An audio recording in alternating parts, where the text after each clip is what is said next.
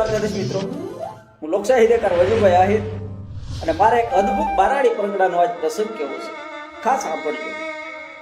બારાડી પરંગડાનું ખંભાળિયા રૂડું ગામ અને ખંભાળિયા ગામની માલિપા એક ગોવાળ છે. પોતાના માલ ઢોર સારી વગડાની માલિપા અને દિવસો કાઢે છે. કુદરતને કરવું વરસાદની અસર અને લાંબા હિમાળા જ્યારે ગોવાળને કાપવાના થયા, 6 નાના નાના પાડેડા છે, 2-3 ભેગું છે, 2-3 ગાવડિયું છે.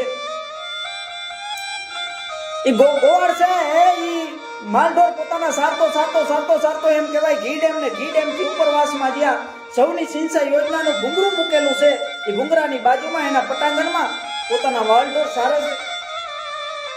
અને એમાં બન્યું એવું, પણ ગોવાળને ખબર નથી કે ગુજરાતની માલિપા ભાજપની સરકાર છે, સંવેદનશીલ સરકાર છે, ખેડૂતને પાસે ઉભે રહેવા વાળી સરકાર છે. એ ગોવાળને ખબર નથી. એટલે ગોવાળ છે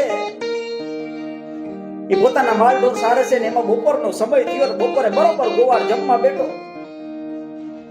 અને ભાજપ વાળાએ સૌની સિંચાઈ યોજનાનું જ્યાં પાણી છોડ્યું છે, પણ પાણી એટલું છોડ્યું એ ઘી ડેમ ભરાઈ ગયું અને ઘી ડેમ સીલી અને એમાં એના પાલીડા અને એના માલઢોર ગોવાળના તણાતા ઘી ડેમ સલી અને શેર હુરિયાવદરના હાની ડેમ સુધી પાડીડા તણાતા આવ્યા છે.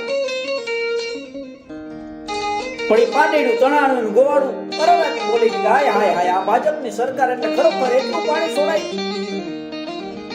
અને એમાં હુરિયાવદરમાં એક ભીમો કરીને અડીખમ માણા એની બધા પાડીડાને કાંઠા ઉપર લઈ લીધા. એક ના મોયડા પકડી અને બધી પાડીઓને કાંઠે લઈ લીધી. પછી ઓલે ગોવાળને ભીમો ખીજાણો કે ભીમા તને ખબર નથી આ ભાજપની સરકાર છે, આ ભાજપની સરકાર ગમે ત્યારે ખેડૂતો માટે પાણી છોડી શકે, સૌની સિંચાઈ યોજનાનું પાણીથી બધા ડેમ ભરવાના છે, તને ખબર નથી? ત્યારે ભીમો એટલું બોલ્યો કે મને ખબર તો છે કે સૌની સિંચાઈ યોજનાનું પાણી બધા ડેમ ભરવાના છે, પણ ભાજપ સરકાર ક્યારે ભરે ને એ મને ખબર નહોતી.